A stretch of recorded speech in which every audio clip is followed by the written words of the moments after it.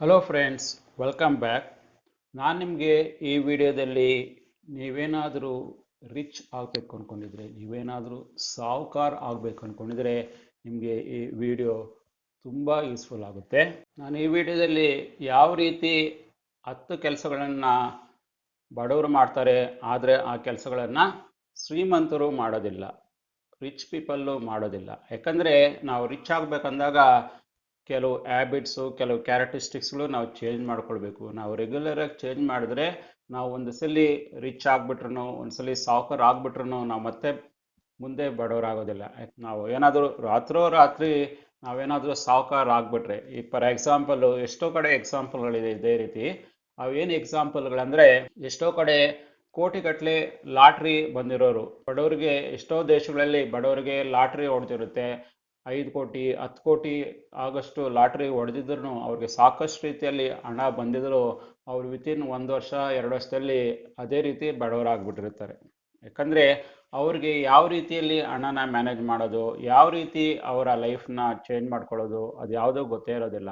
ಆದ್ದರಿಂದ ನಾನು ನಿಮಗೆ ಈ ವಿಡಿಯೋದಲ್ಲಿ ನಾವು ಈ 10 ರೀತಿಯಲ್ಲಿ ನಾವು ಚೇಂಜ್ ಮಾಡ್ಕೊಳ್ಬೇಕು. ಈ 10 ರೀತಿಯಲ್ಲಿ ನಾನೇನು ಈ ವಿಡಿಯೋದಲ್ಲಿ ತಿಳಿಸ್ಕೊಡಕ್ಕೆ ಹೋಗ್ತಾ ಇದ್ದೀನೋ, ಈ 10 ರೀತಿಯಲ್ಲಿ ನಾವು ಚೇಂಜ್ ಆದರೆ ಖಂಡಿತವಾಗಿ ನಾವು ಒಂದಲ್ಲ ಒಂದು ದಿನ ರಿಚ್ ಆಗಲೇಬೋದು. ಈಗ ತಿಳ್ಕೊಳ್ಳೋಣ, ಮೊದಲನೆಯ ಹ್ಯಾಬಿಟ್ ಏನು.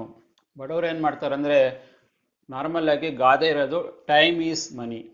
ಟೈಮ್ ಈಸ್ ಮನಿ ಅಂದರೆ ಸಮಯ ಹಣಕ್ಕೆ ಸಮಾನ, ಸಮಯ ಹಣಕ್ಕೆ ಸಮಾನ ಅನ್ನೋ ಕಡೆಯಲ್ಲಿ ನಾವು ಬಡವರು ಏನು ಮಾಡ್ತಿರ್ತೀವಿ ಅಂದರೆ, ಯಾವಾಗಲೂ ಟಿ ವಿ ನೋಡೋದು, ಯಾವಾಗಲೂ ಅನ್ನೆಸರಿಯಾಗಿ ಟೈಮ್ ಪಾಸ್ ಮಾಡೋದು, ಯಾವಾಗಲೂ ಇನ್ನೊಬ್ಬರ ಬಗ್ಗೆ ಗಾಸಿಪ್ ಮಾಡೋದು, ಅನ್ನೆಸೆಸರಿಯಾಗಿ ನಮ್ಮ ಟೈಮ್ನ ವೇಸ್ಟ್ ಮಾಡೋದು. ಯಾಕಂದರೆ ನಾವು ಒಂದಲ್ಲ ಒಂದು ದಿನ ನಾವು ಸಾಹುಕಾರ ಆಗಬೇಕಂದ್ರೆ ನಮ್ಮ ಟೈಮ್ನ ನಾವು ಖಂಡಿತವಾಗಿ ನಾವು ಒಳ್ಳೆ ರೀತಿ ಪ್ಲಾನ್ ಮಾಡ್ಕೊಳ್ಬೇಕಾಗುತ್ತೆ, ನಾವು ಒಳ್ಳೆ ರೀತಿಯಲ್ಲಿ ಯೂಸ್ ಮಾಡ್ಕೊಳ್ಬೇಕಾಗುತ್ತೆ. ಎರಡನೇ ಹ್ಯಾಬಿಟ್ ಏನು ಮಾಡ್ತಾರೆ ಅಂದರೆ, ಬಡವರಿಗೆ ನಾನು ಆಗಲೇ ಹೇಳಿದಾಗೆ ಹಣ ಕೊಟ್ಬಿಟ್ರೆ, ಈಗ ಬಡವರಿಗೆ ಹಣ ಬಂದ್ಬಿಟ್ರೆ, ಒಂದು 500 ಬಂದ್ಬಿಟ್ರೆ, 1000 ಬಂದ್ಬಿಟ್ರೆ ಅವ್ರೇನು ಮಾಡ್ತಾರೆ, ಆ 500-1000 ರೂಪಾಯಿನ ಯಾವ ರೀತಿ ಖರ್ಚು ಮಾಡೋದು, ಯಾವ ರೀತಿ ಖರ್ಚು ಮಾಡಿ ನಾನು ಎಂಜಾಯ್ ಮಾಡ್ಬೋದು ಅನ್ನೋದನ್ನೇ ಯೋಚನೆ ಮಾಡ್ತಿರ್ತಾರೆ. ಅಲ್ಲಿ ಅವ್ರಿಗೇನಂದರೆ, ಇವತ್ತು 500 ರೂಪಾಯಿ ಬಂದ್ಬಿಟ್ಟಿದೆ, ಇವತ್ತು 1000 ರೂಪಾಯಿ ಬಂದ್ಬಿಟ್ಟಿದೆ, ನಾಳೆ ಏನಿರುತ್ತೋ ಏನಿರಲ್ಲ ಅದನ್ನು ಚೆನ್ನಾಗಿ ತಿಂದು ಮಜಾ ಮಾಡಿಬಿಡ್ಬೇಕು. ಅದೇ ಬಡವರ ಯೋಚನೆ, ಅದೇ ಬಡವರ ಮೈಂಡಲ್ಲಿ ಯಾವಾಗಲೂ ಇರುತ್ತೆ. ಆದರೆ ನೀವು ಒಂದು ಬಡವರಿಂದ ಸಾಹುಕಾರ ಆಗಬೇಕಂದಾಗ ನಾವು ಆ 500 ರೂಪಾಯಿ 1000 ರೂಪಾಯಿಂದ ಯಾವ ರೀತಿ 10,000 ಮಾಡೋದು, ಯಾವ ರೀತಿ 1 ಲಕ್ಷ ಮಾಡೋದು, ಯಾವ ರೀತಿ 10 ಲಕ್ಷ ಮಾಡೋದು, ಆ ರೀತಿ ಯೋಚನೆ ಮಾಡಿದಾಗ ಮಾತ್ರ ನೀವು ಸಾಹುಕಾರ ಆಗೋಬೋದು ವಿನಃ ನೀವು ಜಸ್ಟ್ 500 ರೂಪಾಯಿ 1000 ರೂಪಾಯಿ ಬಂದಿದ ತಕ್ಷಣ ಅದನ್ನು ಒಳ್ಳೆ ಬಟ್ಟೆಗೆ ಯೂಸ್ ಮಾಡೋದು, ಒಳ್ಳೆ ಊಟಕ್ಕೆ ಯೂಸ್ ಮಾಡಿದ್ರೆ ಆಗ ನೀವು ಖಂಡಿತವಾಗಿ ನಿಮ್ಮ ಲೈಫಲ್ಲಿ ಒಂದು ದಿನ ಕೂಡ ನೀವು ಸಾಹುಕಾರ ಆಗೋದಿಲ್ಲ. ಮತ್ತು ಮೂರನೇ ಹ್ಯಾಬಿಟ್ ಏನು ಬೆಳೆಸ್ಕೊಳ್ಬೇಕಂದ್ರೆ, ನಾರ್ಮಲ್ಲಾಗಿ ನಮ್ಮ ಸಮಯನ ಆಗಲೇ ಹೇಳಿದಾಗೆ ಒಳ್ಳೆ ರೀತಿ ಮ್ಯಾನೇಜ್ ಮಾಡಬೇಕು. ನಾರ್ಮಲ್ಲಾಗಿ ಪ್ರತಿಯೊಬ್ಬರಿಗೂ ಒಳ್ಳೆ ಸಮಯ ಅಂದರೆ ಬೆಳಗ್ಗೆ. ನಾವು ಬೆಳಗಿನ ಜಾವದಲ್ಲಿ ಒಳ್ಳೆ ಎನರ್ಜಿ ಇರುತ್ತೆ. ಬೆಳಗ್ಗೆ ನಾವು ಬೇಗ ಎದ್ದೇಳಿದ್ರೆ ಒಳ್ಳೆ ಎನರ್ಜಿ ಇರುತ್ತೆ. ಎಷ್ಟೋ ನೀವು ರಿಸರ್ಚ್ ಮಾಡಿ ಒಳ್ಳೆ ಸಾಹುಕಾರಗಳು, ಒಳ್ಳೆ ರಿಚ್ ಆಗಿರೋ ಜನಗಳು ಅವರು ಆದಷ್ಟು ಬೇಗ ಎದ್ದು 4 ಗಂಟೆಗೋ 5 ಗಂಟೆಗೋ ಎದ್ದೇಳಿ ಅವರ ಕೆಲಸಗಳನ್ನು ಮಾಡ್ಕೊಳ್ತಾರೆ. ಅವ್ರು 4 ಗಂಟೆಗೆ 5 ಗಂಟೆಗೆ ಎದ್ದೇಳ್ಬಿಟ್ಟು ಅವರ ಕೆಲಸಗಳನ್ನ ಸ್ಟಾರ್ಟ್ ಮಾಡ್ಕೊಳ್ತಾರೆ. ಆದಷ್ಟು 7 ಗಂಟೆ 8 ಗಂಟೆಗೆ ಅವ್ರದ್ದು ಅರ್ಧ ಕೆಲಸಗಳು ಮುಗಿಸ್ಕೊಂಡ್ಬಿಟ್ಟಿರ್ತಾರೆ. ಬಡವರಿಗೆ ಒಂದು ರೀತಿಯಲ್ಲಿ ಸೋಂಬೇರಿತನ ಇರುತ್ತೆ. ಕೆಲಸ ಇಲ್ಲ ಅಂದರೆ 8 ಗಂಟೆಗೆ ಎದ್ದೇಳಿದ್ರೆ ಆಯ್ತು ಬಿಡು, 10 ಗಂಟೆಗೆ ಎದ್ದೇಳಿದ್ರೆ ಆಯ್ತು ಬಿಡು ಅನ್ನೋ ರೀತಿಯಲ್ಲಿ ಅಸಡ್ಡೆ ರೀತಿ ಇರುತ್ತೆ. ಆದ್ದರಿಂದ ನೀವು ಬಡವರಿಂದ ಸಾಹುಕಾರ ಆಗಬೇಕಂದ್ರೆ ನೀವೇನು ಮಾಡಬೇಕು ಅಂದರೆ, ನಿಮ್ಮ ಕೆಲಸನ ಆದಷ್ಟು ಬೇಗ ಮುಗಿಸೋಳೋದಕ್ಕೆ ಟ್ರೈ ಮಾಡಿ, ನಿಮ್ಮ ಕೆಲಸ ಆದಷ್ಟು ಫಾಸ್ಟಾಗಿ ಮಾಡಿ, ನಿಮ್ಮ ಕೆಲಸನ ಆದಷ್ಟು ಚೆನ್ನಾಗಿ ಮಾಡಿ, ನಿಮ್ಮ ಕೆಲಸನ ಆದಷ್ಟು ಫಾಸ್ಟಾಗಿ ಮಾಡಿದಾಗ ನಿಮಗೆ ಒಳ್ಳೆ ರೀತಿ ಹಣನೂ ಬರುತ್ತೆ. ಅದರಿಂದ ಒಂದಲ್ಲ ಒಂದು ದಿನ ನೀವು ಖಂಡಿತವಾಗಿ ರಿಚ್ ಆಗೇ ಆಗ್ತೀರಾ.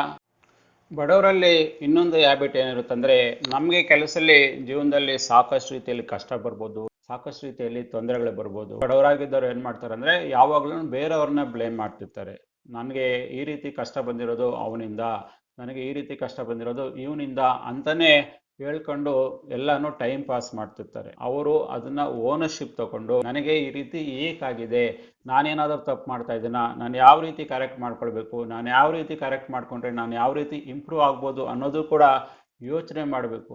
ಆ ರೀತಿ ಯೋಚನೆ ಮಾಡಿ ಪ್ರತಿದಿನನೂ ನಮ್ಮಷ್ಟಕ್ಕೆ ನಾವೇ ಇಂಪ್ರೂವ್ ಮಾಡಿಕೊಂಡು ನಮ್ಮಷ್ಟು ನಾವೇ ಚೇಂಜ್ ಮಾಡ್ಕೊಂಡು ಹೋಗ್ತಾ ಇದ್ರೆ ಖಂಡಿತವಾಗಿ ಒಂದಲ್ಲ ಒಂದು ದಿನ ರಿಚ್ ಆಗಲೇಬಹುದು. 5ನೇ ಹ್ಯಾಬಿಟ್ ಏನಂದರೆ, ಬಡವರು ಏನು ಮಾಡ್ತಾರೆ ಅಂದರೆ ನಾರ್ಮಲ್ ಆಗಿ ನಮ್ಮಲ್ಲಿ ಹಣ ಏನು ಬರುತ್ತೋ ಅದನ್ನು ಒಂದು ರೀತಿಯಲ್ಲಿ ಸೇವ್ ಮಾಡಿ ಅದನ್ನು ವೃದ್ಧಿ ಮಾಡಿ ಅದನ್ನು ಇನ್ನೊಂದು ಕಡೆ ಇನ್ವೆಸ್ಟ್ಮೆಂಟ್ ಮಾಡೋದು ಅದೆಲ್ಲ ಮಾಡೋದಿಲ್ಲ. ಬಡವರು ಏನು ಮಾಡ್ತಾರೆ ಅಂದರೆ ನಮ್ಮಲ್ಲಿ ಬಂದಿರೋ ಹಣನ ಖರ್ಚು ಮಾಡಬೇಕು, ನಮ್ಮಲ್ಲಿ ಬಂದಿರೋ ಹಣನ ಖರ್ಚು ಮಾಡಿ ಎಂಜಾಯ್ ಮಾಡಬೇಕು ಅನ್ನೋದೇ ಯಾವಾಗಲೂ ಯೋಚನೆ ಮಾಡ್ತಿರ್ತಾರೆ. ನಮ್ಮಲ್ಲಿ ನಾವು ಇವತ್ತು 500 ರೂಪಾಯಿ ದುಡ್ದಿದ್ದೀವಿ, 1000 ರೂಪಾಯಿ ದುಡ್ದಿದ್ದೀವಿ ಅಂದರೆ ಆ ಹಣದಲ್ಲಿ ಒಂದು 200 300 ಸೇವ್ ಮಾಡ್ಕೊಂಡು ಹೋದರೆ ಒಂದಲ್ಲ ಒಂದು ದಿನ ಹಣ ವೃದ್ಧಿ ಆಗುತ್ತೆ. ಅದು ಬಿಟ್ಟು ಏನು ಮಾಡ್ತಾರೆ, 500 ರೂಪಾಯಿ ಬಂದಿರೋದು 1000 ರೂಪಾಯಿ ಬಂದಿರೋದು ಅದನ್ನು ಆಗಲೇ ಅವತ್ತೇ ಖರ್ಚು ಮಾಡಿಬಿಟ್ರೆ ನೀವು ಯಾವಾಗ ಸಾಹುಕಾರ ಆಗ್ತೀರಾ, ಯಾವಾಗ ರಿಚ್ ಆಗ್ತೀರಾ? ಆದ್ರಿಂದ ನಾವು ನಮಗೆ ಎಷ್ಟು ಆದಾಯ ಬರುತ್ತೋ ಆದಾಯಕ್ಕಿಂತ ಖರ್ಚು ಜಾಸ್ತಿ ಮಾಡ್ಕೊಂಡಾಗ ಖಂಡಿತವಾಗಿ ರಿಚ್ ಆಗೋಕ್ಕಾಗೋದಿಲ್ಲ. 6ನೇ ಹ್ಯಾಬಿಟ್ ಏನಂದ್ರೆ, ಬಡವರು ಏನಂದ್ರೆ ಎಲ್ಲಿ ಸಾಲ ಕೊಡ್ತಾರೆ, ಯಾರು ಸಾಲ ಕೊಡ್ತಾರೆ, ಯಾವ ರೀತಿ ಸಾಲ ತಗೊಳ್ಬೋದು, ಆ ಸಾಲ ತಗೊಂಡು ಅದನ್ನ ಒಳ್ಳೆ ಪರ್ಪಸ್ ಯೂಸ್ ಮಾಡೋದಿಲ್ಲ. ಇಲ್ಲಪ್ಪ ನಾನು ಒಂದು ಸಾಲ ತಗೊಂಡಿದ್ದೀನಿ, ಒಂದು ಸಾಲ ತಗೊಂಡು ಒಂದು ಮನೆ ಕಟ್ಕೊಂಡಿದ್ದೀನಿ, ಇಲ್ಲ ಒಂದು ಸಾಲ ತಗೊಂಡು ಒಂದು ಜಮೀನು ತಗೊಂಡಿದ್ದೀನಿ ಅಂದರೆ ಅದು ಬೇರೆ ಕತೆ ಆಗ್ಬಿಡುತ್ತೆ. ಜನ ಏನು ಮಾಡ್ತಾರೆ ಅಂದರೆ ಸಾಲ ತಗೊಂಡ್ಬಿಟ್ಟು ಟ್ರಿಪ್ ಹೋಗೋದು, ಸಾಲ ತಗೊಂಡ್ಬಿಟ್ಟು ಅದನ್ನು ಎಂಜಾಯ್ ಮಾಡೋದು, ಕ್ರೆಡಿಟ್ ಕಾರ್ಡ್ ತಗೊಂಡಿದ್ದಾರೆ ಅಂದ್ಬಿಟ್ಟು ಆ ಕ್ರೆಡಿಟ್ ಕಾರ್ಡ್ನ ಚೆನ್ನಾಗಿ ಸ್ವೈಪ್ ಮಾಡಿ ಎಂಜಾಯ್ ಮಾಡೋದು. ಇದೇ ರೀತಿ ಅವರ ಬರೋ ಆದಾಯನೆಲ್ಲಾನು ಖರ್ಚು ಮಾಡೋದ್ರಲ್ಲೇ ಕಳೀತಾರೆ. ಪ್ರತಿಯೊಂದು ಹಣನೂ ಲೋನ್ ತಗೋ, ಅವರಿಂದ ಕೈ ಬದಲು ಮಾಡು, ಇವರಿಂದ ದುಡ್ಡು ತಗೋ, ಚೆನ್ನಾಗಿ ಎಂಜಾಯ್ ಮಾಡು. ಈ ರೀತಿ ಮಾಡಿದಾಗ ನಿಮ್ಮಲ್ಲಿ ಫೈನಾನ್ಷಿಯಲ್ ಡಿಸಿಪ್ಲಿನ್ ಇರೋದಿಲ್ಲ. ಯಾರಲ್ಲಿ ಫೈನಾನ್ಷಿಯಲ್ ಡಿಸಿಪ್ಲಿನ್ ಇರಲ್ಲೋ ಅವ್ರು ಖಂಡಿತವಾಗಿ ರಿಚ್ ಆಗೋಕ್ಕೆ ಸಾಧ್ಯ ಇಲ್ಲ, ಸಾಹುಕಾರ ಅಂತೂ ಖಂಡಿತ ಆಗಲ್ಲ. ಮತ್ತು 7ನೇ ಹ್ಯಾಬಿಟ್ ಏನಂದರೆ, ಬಡವರು ಯಾವಾಗ್ಲೂ ತಮ್ಮ ಆರೋಗ್ಯದ ಬಗ್ಗೆ ಅಷ್ಟು ಕಾಳಜಿ ವಹಿಸೋದಿಲ್ಲ. ಅವ್ರ ಹತ್ರ ಹಣನೂ ಇಲ್ದಿರೋ ಇರ್ಬೋದು, ಒಂದು ಇಗ್ನೋರೆನ್ಸು ಕಾರಣ ಆಗಬಹುದು. ಕೆಲವು ಕಡೆ ಗೌರ್ಮೆಂಟ್ ಡಾಕ್ಟ್ರುಗಳು ತುಂಬ ಚೆನ್ನಾಗಿ ನೋಡ್ತಾರೆ, ಸಾಕಷ್ಟು ರೀತಿಯಲ್ಲಿ ಗೌರ್ಮೆಂಟ್ ಡಾಕ್ಟ್ರುಗಳು ಚೆನ್ನಾಗಿ ನೋಡ್ತಾರೆ, ಆದ್ರೂ ತಮ್ಮ ಆರೋಗ್ಯನ ಆನ್ ಟೈಮ್ ಚೆಕ್ ಮಾಡಿಸ್ಕೊಳೋದಿಲ್ಲ, ಆನ್ ಟೈಮಲ್ಲಿ ಒಳ್ಳೆ ರೀತಿ ಅಡ್ವೈಸ್ ತಗೊಳೋದಿಲ್ಲ. ಆಗ ಏನಾಗುತ್ತೆ, ದೊಡ್ಡ ದೊಡ್ಡ ಕಾಯಿಲೆ ಬರುತ್ತೆ. ಆಗ ಅವರು ಸ್ವಲ್ಪ ಸ್ವಲ್ಪ ಏನು ಕೂಡಿಕೊಂಡಿರ್ತಾರೋ ಆ ಹಣ ಖಂಡಿತವಾಗಿ ಆ ಕಾಯಿಲೆಗಳಿಗೆ ಖರ್ಚಾಗ್ಬಿಡುತ್ತೆ. ಅಲ್ಲಿ ಅವ್ರು ಇನ್ಶೂರೆನ್ಸ್ ತಗೊಳೋದಿಲ್ಲ, ಅಲ್ಲಿ ಏನೇ ಪ್ಲಾನ್ ಮಾಡ್ಕೊಂಡ್ರಲ್ಲ, ಆಗ ಏನಾಗುತ್ತೆ, ಅವರ ಆರೋಗ್ಯ ಕೆಟ್ಟೋದಾಗ ಅವ್ರಿಗೆ ಏನು ಇನ್ಕಮ್ ಬರಬೇಕೋ ಆ ಇನ್ಕಮ್ ಬರೋಕೆ ಸಾಧ್ಯ ಇಲ್ಲ. ಯಾಕಂದ್ರೆ ಪ್ರತಿ ತಿಂಗಳು ದುಡ್ದಾಗ ಮಾತ್ರ ಅವ್ರಿಗೆ ಹಣ ಬರುತ್ತೆ, ಇಲ್ಲ ಅಂದರೆ ಹಣ ಬರೋದಿಲ್ಲ. ಆಗೇನಾಗುತ್ತೆ, ನೀವು ದುಡಿದ್ರೆ ಹಣ, ದುಡಿಲಿಲ್ಲ ಅಂದರೆ ಹಣ ಇಲ್ಲ. ಆಗ ಆ ಥರ ಹ್ಯಾಬಿಟ್ ನೀವು ಇಟ್ಕೊಂಡಾಗ ನೀವು ಖಂಡಿತವಾಗಿ ಸಾಹುಕಾರ ಆಗೋಕ್ಕಾಗಲ್ಲ, ಖಂಡಿತವಾಗಿ ರಿಚ್ ಆಗೋಕ್ಕಾಗಲ್ಲ. ಯಾಕಂದರೆ ನಾವು ದುಡ್ದಿರೋ ಹಣದಲ್ಲಿ ಸ್ವಲ್ಪ ಹಣನ ಕೂಡಿಕ್ಕಿ ಆ ಹಣನ ನಾವು ದುಡಿಯೋ ರೀತಿಯಲ್ಲಿ ಮಾಡಬೇಕು. ನಾವು ಆ ಹಣನ ದುಡಿಯೋ ರೀತಿ ಮಾಡಿದಾಗ ಮಾತ್ರ ನಾವು ರಿಚ್ ಆಗ್ಬೋದು. ಬಡವರಲ್ಲಿ ಸಾಕಷ್ಟು ರೀತಿಯಲ್ಲಿ ಏನು ಕೆಲವು ಪ್ರಾಬ್ಲಮ್ಸ್ ಇರುತ್ತಂದರೆ, ಬಡವರು ಯಾವಾಗಲೂ ಬಡವರ ಜೊತೆಲೇ ಇರ್ತಾರೆ. ನಾವು ಬಡವರ ಜೊತೆಲೇ ಇದ್ದಾಗ ನಾವು ಸಾಹುಕಾರ ಆಗೋಕ್ಕಂತೂ ಖಂಡಿತ ಸಾಧ್ಯ ಇಲ್ಲ. ಯಾಕಂದರೆ ಎಲ್ಲರೂ ಬಡವರು, ಅಲ್ಲಿ ಸುತ್ತಮುತ್ತಲು ಬಡವರೇ ಇದ್ದಾಗ ನಿಮ್ಮ ಬ್ರೈನೂ ಚೆನ್ನಾಗಿ ಓಡೋದಿಲ್ಲ, ನಿಮ್ಮ ತಲೆನೂ ಚೆನ್ನಾಗಿ ಓಡಲ್ಲ ಅಂದಾಗ ನೀವು ಸಾಹುಕಾರ ಆಗೋಕ್ಕೆ ಸಾಧ್ಯನೇ ಇಲ್ಲ. ನಾವು ಯಾವತ್ತೂ ಒಳ್ಳೆ ಹಣ ಯಾರು ದುಡಿತಾರೋ, ಯಾರು ಒಳ್ಳೆ ರೀತಿಯಲ್ಲಿ ಬುದ್ಧಿ ಇರುತ್ತೋ, ಯಾರು ಒಳ್ಳೆ ರೀತಿಯಲ್ಲಿ ಯೋಚನೆ ಮಾಡ್ತಾರೋ, ಯಾರು ಒಳ್ಳೆ ರೀತಿಯಲ್ಲಿ ಹಣ ಮಾಡ್ತಾರೋ ಅಂಥವ್ರ ಜೊತೆ ಸೇರಿಕೊಳ್ಬೇಕು. ನಾವು ಅಂಥವ್ರ ಜೊತೆ ಅಂಥವರ ಸರೌಂಡಿಂಗಲ್ಲಿದ್ದಾಗ ನಾವು ಯಾರು ಒಳ್ಳೆ ರೀತಿ ಹಣ ಮಾಡ್ತಿದ್ದಾರೋ, ಯಾರು ಕಾನೂನುಬದ್ಧವಾಗಿ ಹಣ ಮಾಡ್ತಿದ್ದಾರೋ, ಯಾರು ಒಳ್ಳೆ ರೀತಿಯಲ್ಲಿ ಪ್ಲಾನ್ ಮಾಡಿಕೊಂಡು ಅವರ ಜೀವನವನ್ನು ಇಂಪ್ರೂವ್ ಮಾಡ್ಕೊಳ್ತಿದ್ದಾರೋ ನಾವು ಅಂಥವರ ಸುತ್ತಮುತ್ತ ಇರಬೇಕು. ನಾವು ಅಂಥವರ ಸುತ್ತಮುತ್ತ ಇದ್ದಾಗ ನಮಗೂ ಅದೇ ರೀತಿ ಐಡಿಯಾ ಬರುತ್ತೆ. ನಾವು ಅವ್ರ ರೀತಿಯಲ್ಲಿ ಒಂದಲ್ಲ ಒಂದು ದಿನ ನಾವು ಆಗ್ಬೋದು. ನಾವು ನಾಳೆನೇ ಅವ್ರ ಜೊತೆ ಸೇರ್ಕೊಂಡಿದ್ದ ತಕ್ಷಣ ನಾವು ನಾಳೆನೇ ಸಾಹುಕಾರ ಆಗಬೇಕು ಅಂತೇನಿಲ್ಲ. ನಾವು ಬಡವರಾಗಿದ್ರೂ ನಾವು ಅಂಥವ್ರ ಹತ್ರ ಕೆಲ್ಸಕ್ಕೆ ಸೇರಿಕೊಂಡು ಅಂಥವ್ರ ಹತ್ರ ಹೋಗಿ ಕೆಲಸ ಕಲಿತು ಅದೇ ರೀತಿ ಒಂದು ಸ್ಟೆಪ್ ಬೈ ಸ್ಟೆಪ್ ನಾವು ಮೂವ್ ಆದಾಗ ನಾವು ಖಂಡಿತವಾಗಿ ರಿಚ್ ಆಗ್ಬೋದು, ನಾವು ಖಂಡಿತವಾಗಿ ಒಂದಲ್ಲ ಒಂದು ದಿನ ಸಾಹುಕಾರ ಆಗಲೇಬೋದು. 9ನೇ ಹ್ಯಾಬಿಟ್ ಏನಂದರೆ, ಬಡವರಲ್ಲೂ ಕೂಡ ಸಾಕಷ್ಟು ಪೊಟೆನ್ಸಿ ಇರುತ್ತೆ, ಸಾಕಷ್ಟು ಎನರ್ಜಿ ಇರುತ್ತೆ, ಒಳ್ಳೆ ರೀತಿಯಲ್ಲಿ ಐಡಿಯಾಸು ಕೂಡ ಇರುತ್ತೆ. ಬಡವರಾದ ತಕ್ಷಣ ಐಡಿಯಾ ಇರೋದಿಲ್ಲ, ಅವ್ರ ಹತ್ರ ಎನರ್ಜಿ ಇರೋದಿಲ್ಲ, ಅವರು ಒಳ್ಳೆ ರೀತಿ ಯೋಚನೆ ಮಾಡೋದಿಲ್ಲ ಅಂತಲ್ಲ. ಅವರ ಮೈಂಡಲ್ಲಿ ಬಂದಿರೋ ಐಡಿಯಾನ ಒಳ್ಳೆ ರೀತಿ ಯೂಸ್ ಮಾಡಿಕೊಂಡು ಗ್ರೋ ಮಾಡೋದಕ್ಕೆ ಅವ್ರು ಯೋಚನೆ ಮಾಡೋದಿಲ್ಲ.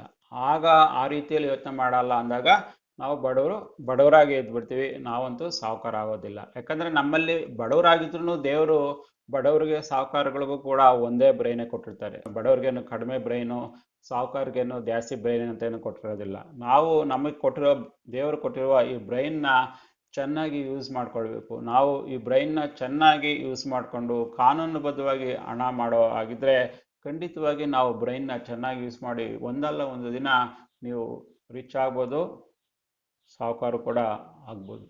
ಮತ್ತು 10ನೇ ಮತ್ತು ಕೊನೆಯ ಹ್ಯಾಬಿಟ್ ಏನಂದರೆ, ಬಡವರು ಯಾವಾಗಲೂ ಬೇರೆಯವ್ರ ಮೇಲೆ ಡಿಪೆಂಡೆಂಟ್ ಆಗಿರೋಕ್ಕೆ ಟ್ರೈ ಮಾಡ್ತಾರೆ.